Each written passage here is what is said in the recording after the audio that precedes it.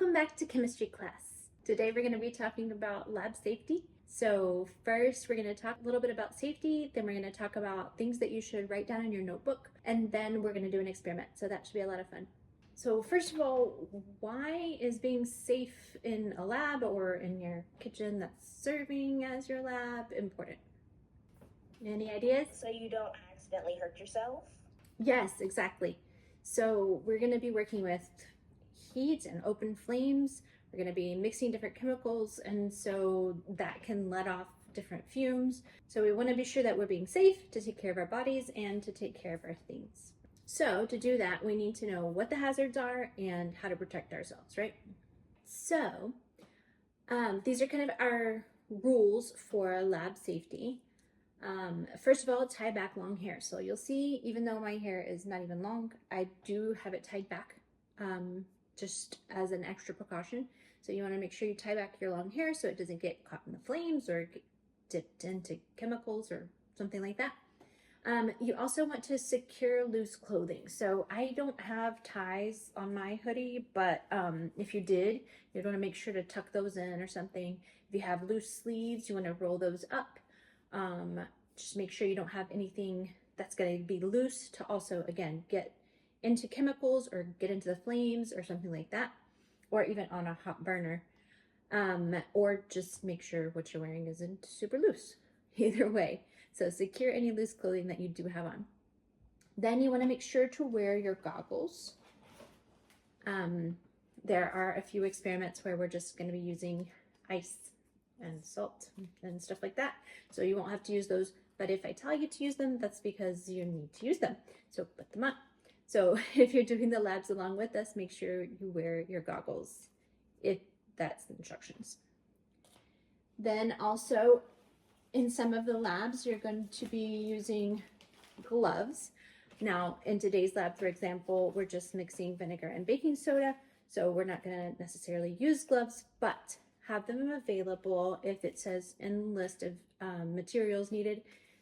If I tell you to use them, that's because the stuff that we're doing could burn your skin. So be sure to wear them. So that's another thing. So safety goggles, safety glasses. Next, you want to make sure that your area is clear. So if you have paper or paper towels or other chemicals that could get into what you're doing, that could cause a problem. You could catch something on fire. You could mix chemicals you shouldn't be mixing. So make sure that your area is clear. Also, because a lot of us are going to be doing our chemistry in our kitchen, we actually have an extra need to be careful, and that's because we could have chemicals that would be really bad if we got them in our bodies, and if we don't clean up and make sure that everything's nice and clear, it could get into our food, and then that gets into your body, and that is bad news. So be sure to keep your area nice and clear. Then you want to make sure that you have the right kind of ventilation. So depending on the lab, we might be creating some fumes that are not good to breathe in too much. So you might need to open a window or turn on your vent or something like that to make sure that we don't get too much of that and breathe in those things. So make sure that you have the right ventilation. I'll let you know if we need to turn on the vent or open a window or something like that. But again, if I say that, it's for a reason, so please make sure that you do it. Along the same lines of doing lab in the kitchen, you don't want to ingest chemicals that are not meant to go in your body. So no food, no drink, no gum during lab. So if anything got in your drink or got in your food or got in your gum as you're chewing it, that could be potentially bad because some of this stuff you really don't want to ingest. So make sure that you're following that rule as well. And finally, make sure that you are following directions exactly. So we were doing a lab in my other chemistry class not that long ago, and we were mixing things along. It's actually a lab we'll do later on in this course, and we were mixing different things, and it seemed pretty innocuous, but then one of my students decided they were going to combine two things, and if they had actually gone through with it, it would have created some really, really harmful fumes. So just because they're household chemicals doesn't mean they're safe, and especially not when you mix them incorrectly. So be sure to follow directions exactly so that you don't accidentally do something super dangerous. So those are our lab safety rules. So then talking about the equipment that we use in chemistry experiments. So today I'm going to use a graduated cylinder. I've shown you beakers and test tubes and that kind of thing. Sometimes that specialized equipment is necessary and sometimes it's not. If I tell you to put a beaker on a flame and you decide that a kitchen like drinking glass would do the same thing, that would be really problematic because beakers are made out of special glass that can withstand the heat, whereas regular drinking glasses are not. On the other hand, if I told you to get a beaker and put some water in it and put salt in it and stir it, yeah, you can do that in a glass just fine. So please pay attention. If I say this is going to go on the heat, you need to be sure to use a beaker. There's a reason for that. And so make sure that you are using the right equipment. Just before you use something in your kitchen and replace it differently than what I tell you, ask a parent, find out if it's okay. And then, like I said before, just because a chemical is found in your house and you use it all the time doesn't mean that it's safe, and especially doesn't mean it's safe mixing things together. So for example, if you were going to mix together bleach and Windex, that would be a problem because Windex is made with ammonia and those two things together create a really nasty gas. So just because, I buy these at the grocery store and I buy these at a specialty science shop online or something, doesn't mean that those are more dangerous than these. So just be very careful, make sure you're following directions and don't go off script. Stick to what I'm saying to do in the lab. So we're going to be very careful with chemicals. Respecting it, not being afraid of it, but respecting it and using it appropriately at the right time, and again, following directions. So now we're going to talk about what you would write down in your lab notebook. We started off with that last time. You got a little bit of experience with that. So we talked about writing down the purpose. Why are you doing this? But we're going to add some more things today. So first of all, we're going to start with a hypothesis. Does anyone know what a hypothesis is? It's like your guess on what's going to happen. Exactly. It's an educated guess. You don't just make a guess out of the blue. You kind of know what's going on, but it's still a guess because you don't actually know. It's your best idea of what might happen. So that's your hypothesis, what you think might happen. So you're going to write that down in your notebook. We're going to talk about what steps we're going to take, and then you're going to write down your hypothesis as to what the result will be.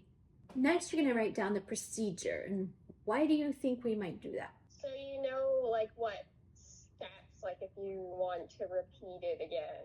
Exactly. So you want to write down your steps. So let's say something went wrong in the experiment. Well, if you wrote down the steps that you did, you could go back and say, what did I miss? What could I change? Well, if you don't know what you did, then you won't know what you can change. This is also getting you ready for if you are a scientist someday, just training, that you want to write down exactly what you did so that someone could come after you and repeat the experiment to make sure they get the same result, or they could take your experiment and adjust it to fit what they're trying to discover. So it's really important as scientists to write down exact steps. So we need exact measurements. So exact temperature, exact weight, exact time, those kinds of things. So writing down your procedure is a really important step. So we're going to practice doing that. So that's 2 new steps from last time. We did talk about observation. So that's our next one. You write down what you see happening. So you might write down that something changed color, or that it let off heat, or that it got colder, or you might say that it made bubbles or something like that. So those would be your observations. What do you see happening as the experiment progresses? Another type of observation could be collecting data. So I did an experiment with my students the other day where we measured the circumference of a balloon, and the differences in the chemical reactions caused differences in the sizes of the balloons. So writing down those measurements was part of their observation. What you see happening can include writing down the temperatures, or writing down a measurement like a circumference or a weight or something like that. So that's part of your observation. Then the next step is another new one, which is analysis. So you're going to write down what you are learning from the experiment. So you might put your data that you gathered into a graph. We're going to do that in an experiment here in a few days. So you might put it in a graph. That's a pretty common one. You might put it in a bar chart or something like that. But basically you're looking at your data that you gathered or your observations that you got and thinking about what you can learn from that. And then the last one is the conclusion, and that's saying, was my hypothesis supported or was it not supported by what happened? Does the data reflect that I was correct in my hypothesis and I should keep going in that direction? Or was my hypothesis not supported and I should do more experiments, or I should change course and decide something else? So that is your conclusion, is what you decide based on if your hypothesis was supported or not supported. So those are the steps that I want us to walk through as we do our experiment today, but first we need to read through the experiment. The first thing that I have on your list of things that you need for this experiment is your lab safety sheet. So I know that's not strictly for this experiment, but I want us to be sure to put it in our science notebooks. So now that you have your science notebook out and you're ready to write things down for this lab, before we start that, I want you to take this paper and I want you to put it in the back of your chemistry notebook. So in the front, you'll have that list of equipment, and in the back, you'll have the lab safety. So those are both really important things. That's why we're putting them in the covers so they're easily accessible. You know right where to find them.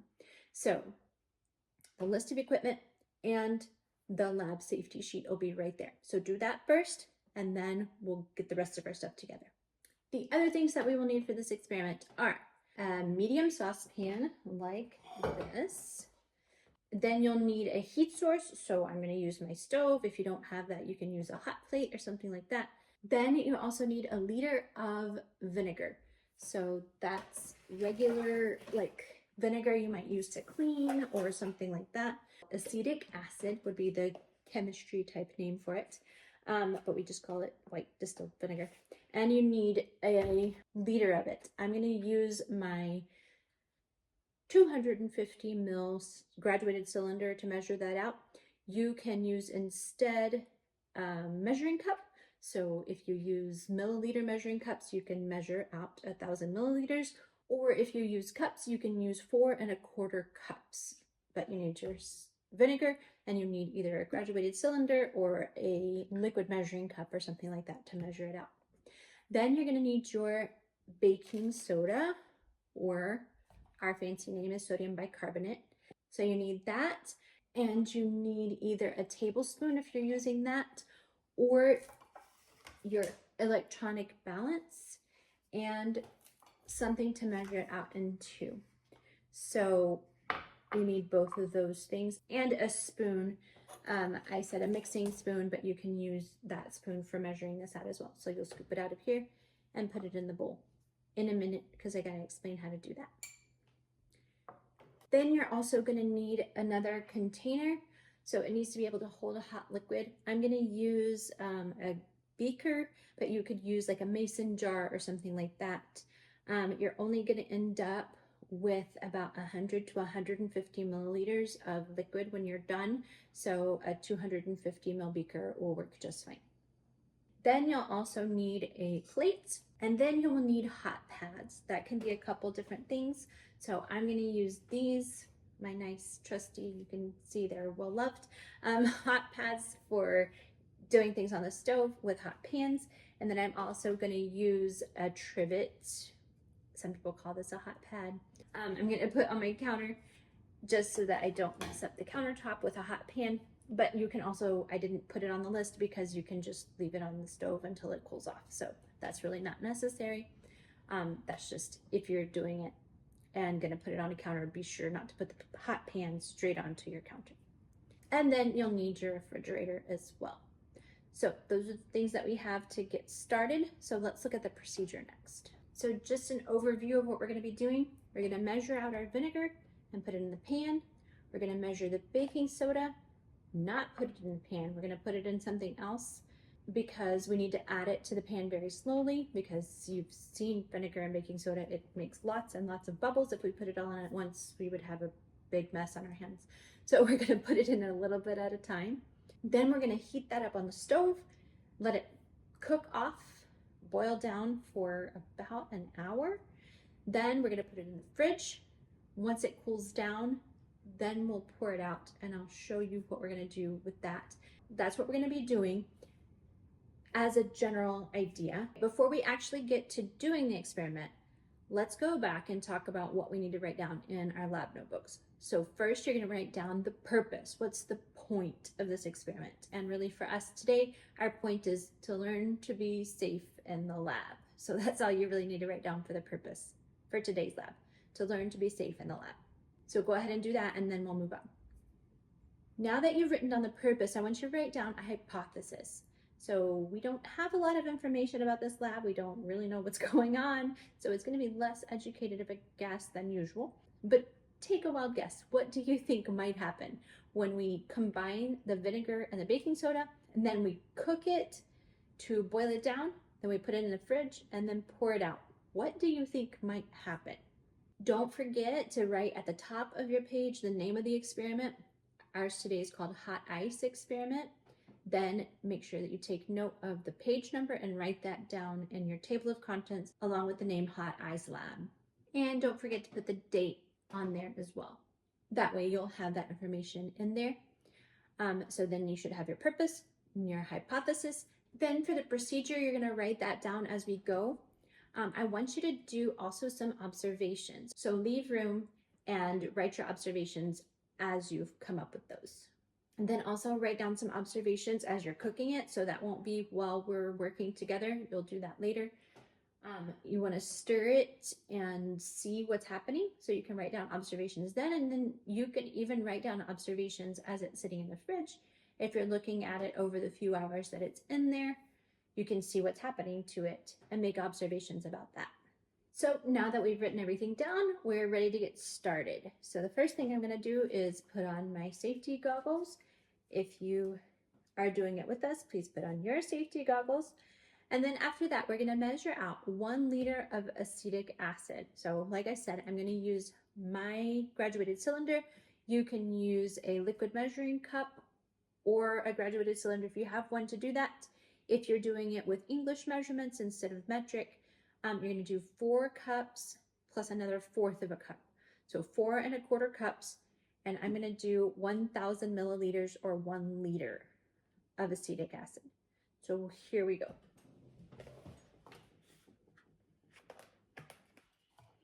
This is a 250 ml beaker.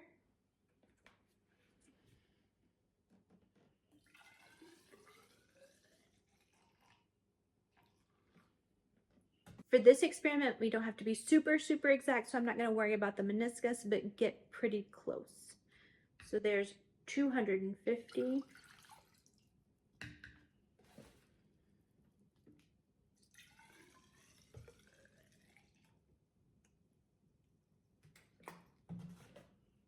There's 500.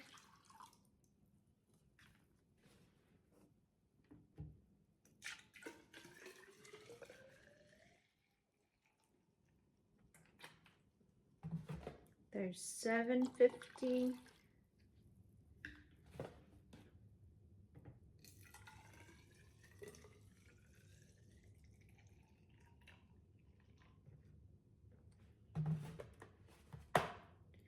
And there is 1 liter or 1,000 milliliters. So go ahead and write that down as step 1 of your procedure. So step 1 would be measuring out 1,000 milliliters or 1 liter, either way, of acetic acid and putting it into a pan. So the next step is to measure out 62 grams of sodium bicarbonate, which is the baking soda.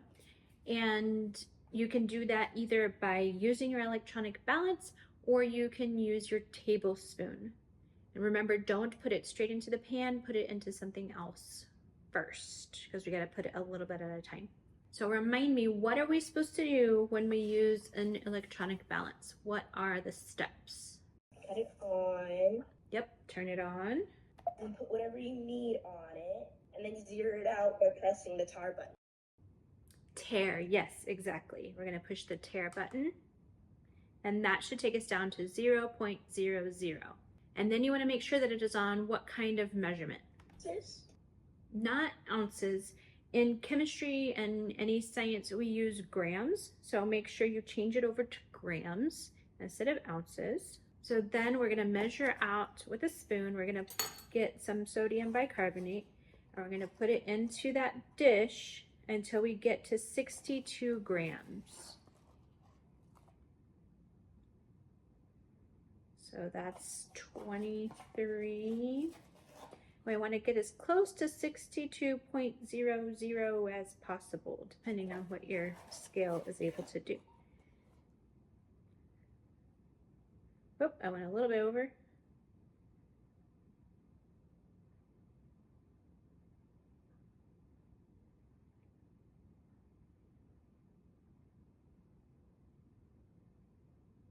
Okay, now something important to know, you don't want to put this back in here just in case there was something on my spoon or something gets on there. You don't want to put that back into your container, whether that was, you know, I wouldn't want to pour from my graduated cylinder back in here either. If I had gotten too much, I would have just poured it out in the sink. And I'm not going to put this extra back into my box. You never put stuff back into the container because you don't want to contaminate it in case what you were measuring with or getting it out with had something on it that you didn't realize. So I'm just going to set this aside. I'll pour it out later. If you're using a tablespoon instead, then you're going to get 4 tablespoons. And don't forget to measure it out. Use the back of a knife or something to get it nice and flat, and then put it into your container. 4 tablespoons. So then go ahead and write that step down in your procedures, measuring out 62 grams or 4 tablespoons, whichever one you did, of sodium bicarbonate and putting it in a dish. So now we're ready to combine these two.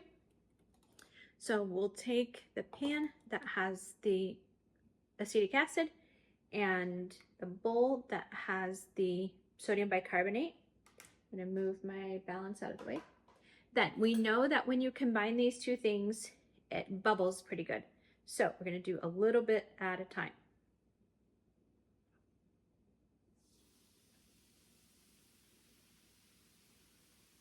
It makes a nice bubbly sound, right? So that would be something that you could put in the observation part, is that it makes a fun noise. Also, obviously, that it bubbles. I almost overflowed it there. I think I need to do less next time.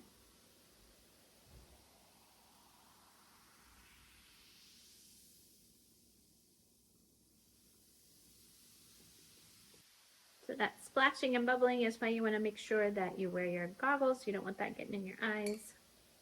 Especially since we're doing so much, it bubbles a lot.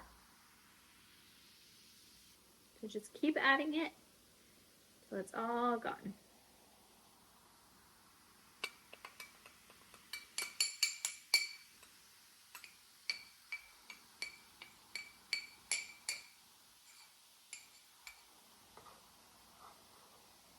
So in doing this, we have created something called sodium acetate. The reaction between the acetic acid and the sodium bicarbonate makes sodium acetate. That's what we've got in our pan right now. Now I've got all mine in there. Now I'm gonna put it on the stove and we're gonna let it cook at medium heat for about an hour until it forms a nice skin of stuff on top. So that's the next step, putting it on the stove, letting it cook for an hour, letting it form the skin. This is what mine looks like at about 10 minutes. This is what mine is looking at about 25 minutes. And here's what it's looking like around 45 minutes. This is after about 55 minutes of cooking down. This is after about an hour and 10 minutes. We're getting pretty low. It's changing color a little bit. This is what it looks like when it's ready to go. We've got crystals that form pretty quickly on the bottom of the pan. So that's what we're looking for. Then when that's finished, you are going to put it into your beaker or whatever glass thing you have to put it in. Make sure that it's a glass that will withstand heat, or that you let it cool down first before pouring it in there. And then you're going to use your spoon to scrape out a few of the crystals that will be left behind in your pan, and you're going to put them off on the side of your plate. I'm going to get some of these crystals from the bottom of the pan. I'm going to put them off to the side on my plate. You're going to need that once we're done cooling down the liquid. So that's the next step. Don't forget to get your crystals and put them on your plate. Then you're gonna put that liquid that's gonna be in your cup in the refrigerator. You need to leave it there for at least 3 hours so that it gets nice and cold, and then we'll move on to the next step. So I mixed together baking soda and vinegar, so sodium carbonate and acetic acid, and it made sodium acetate. I evaporated most of the water off, so now this is what's called a supersaturated solution of sodium acetate. There's more in there than should be able to be in there because we heated it up, and so it was hot when it was in solution. So it's at this temperature, it really shouldn't be able to be in there. So what should happen if I reduced it enough is that it should start to turn solid. So we're gonna see if it works.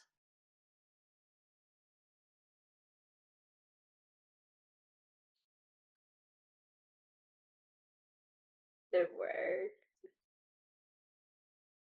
Can you see that? Oh yeah, I can. That's kind of cool. Yay! I'm so excited. So there you go. Hot ice. After the 4th try, it worked. Yay. That was pretty cool, right? That was cooler than I even expected. Nice. All right. Now we can move on. Ooh, it's getting really, really hot to the touch. I mean, I can still touch it, but it's uncomfortable. Like, it's hot. That's kind of crazy. I didn't expect that either, but it's definitely hot ice. So if you haven't done this experiment, this is a really cool one. So that's all for today.